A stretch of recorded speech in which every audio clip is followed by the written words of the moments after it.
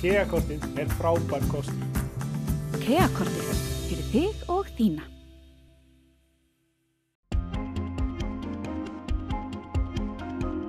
Norðlenska nautakjötið. Uppskrift á góðu kvöldi.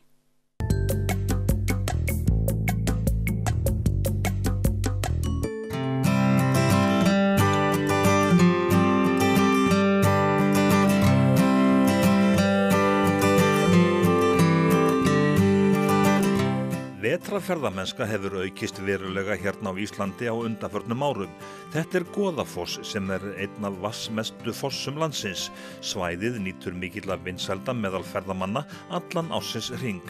Goðafoss í Skjálfandafljóti og greinist í 2 meginfossa. Goðafoss fjölbreyttur ásýndum eftir vatnsmagni, veðurfari og árstíðum og sumum finnst hann ekki síðri yfirlitum í klakaböndum að vetri til en í glaða sóla sumri. Svæðið við Goðafoss vinsælasti ferðamannastaður Þingeyjarsveitar. Á þessu ári hefur verið unnið að því að bæta aðgengi ferðamanna við fossinn. Goðafoss í Þingeyjarsveit og við hittum sveitarstjórann á þessum vinsæla stað. Þetta er klálega sá staður þar sem að flestir ferðamenn stoppa á og sem sagt fjölsóttasti staðurinn. Þannig að þetta er svona mikið andlit sveitarfélagsins. Hvaða uppbygging hefur átt sér stað hérna á undanförnum árum til þess að bæta allt aðgengið? Það eru sem sagt göngustígar og bílastæði, stækkun og uppbygging bílastæðis og það eru útsýnispallar og svo höfum við verið að girða af viðkvæm svæði. Þannig að allt þetta gert til þess að bæta aðgengi og tryggja öryggi ferðamannsins og líka til þess að vernda náttúruna fyrir ágangi. Og ekki veitti af, segir sjálfsagt einhver? Nei, alls ekki. Ég get eiginlega ekki ímyndað mig hvernig þetta væri ef við hefðum ekki farið í þessa vinnu. Allt kostar þetta pening? Já, þetta eru dýraframkvæmdir og við höfum lagt áherslu á að vinna þetta vel og höfum fengið til þess hönnuði, landslagsarkitekta, til þess að láta allar framkvæmdir falla sem best inn í náttúruna. Og þetta höfum við geta gert með styrkjum frá framkvæmdasjóði ferðamannastaða. Hversu mikla peninga eru við að tala um það bil? Við erum að tala um meira en 100 milljónir. En svæðið væntanlega þá mun öruggara á eftir?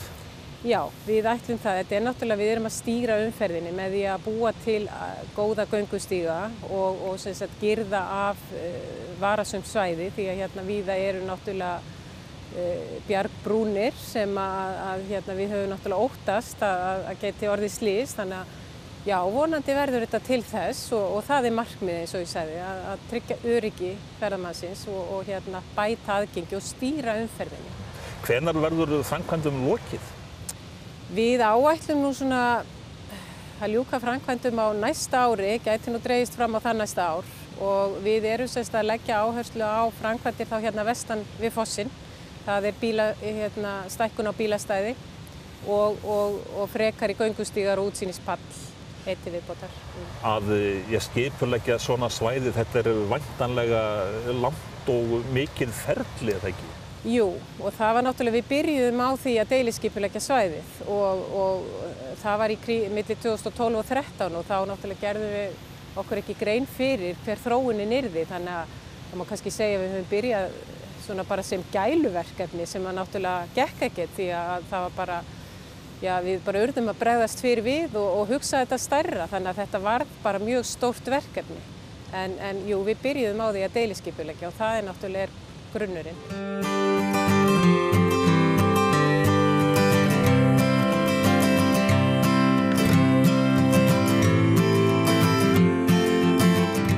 Við erum núna stödd við Goðafoss á þessum fallega vetrardegi.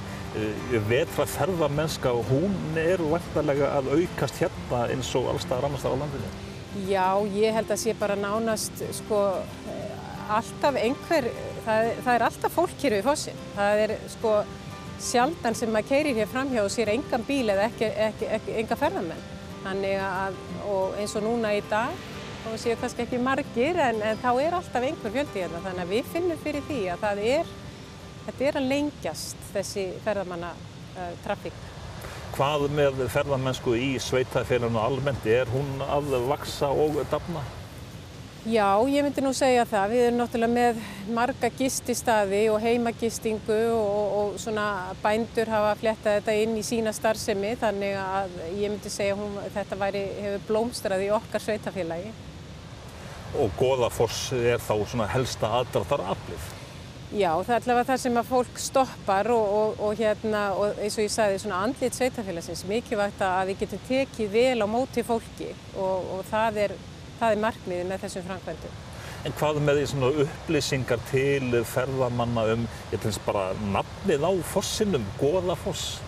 Já, það náttúrulega, þetta merkileg saga sem er hér og þegar að Þorgeir ljósvetningagoði hendi goðunum í fossin og það eru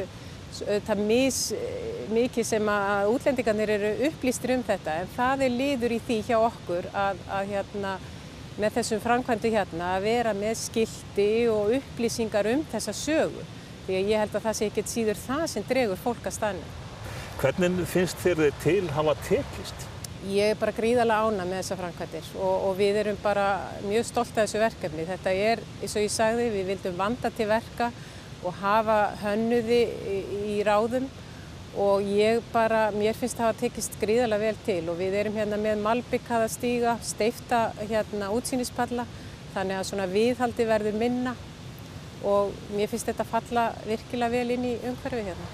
En að vera með malbikaða stíga þá hætta á að fólk upplifi ekki að það sé úti í náttúrunni óspilltri?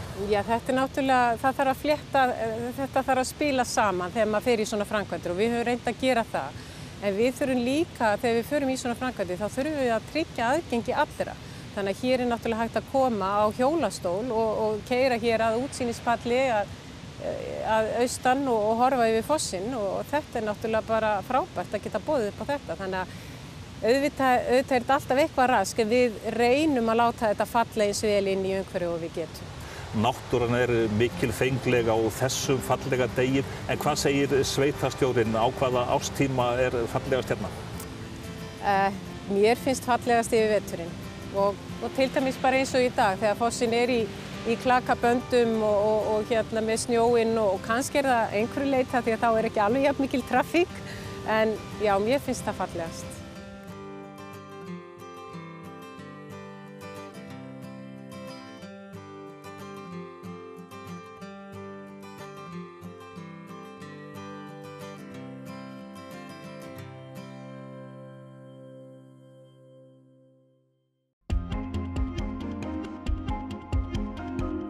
Norðlenska nautakjötið. Uppskrift af góðu kvöldi. KEA-kortið minn hagur. KEA-kortið fyrir þig og þína.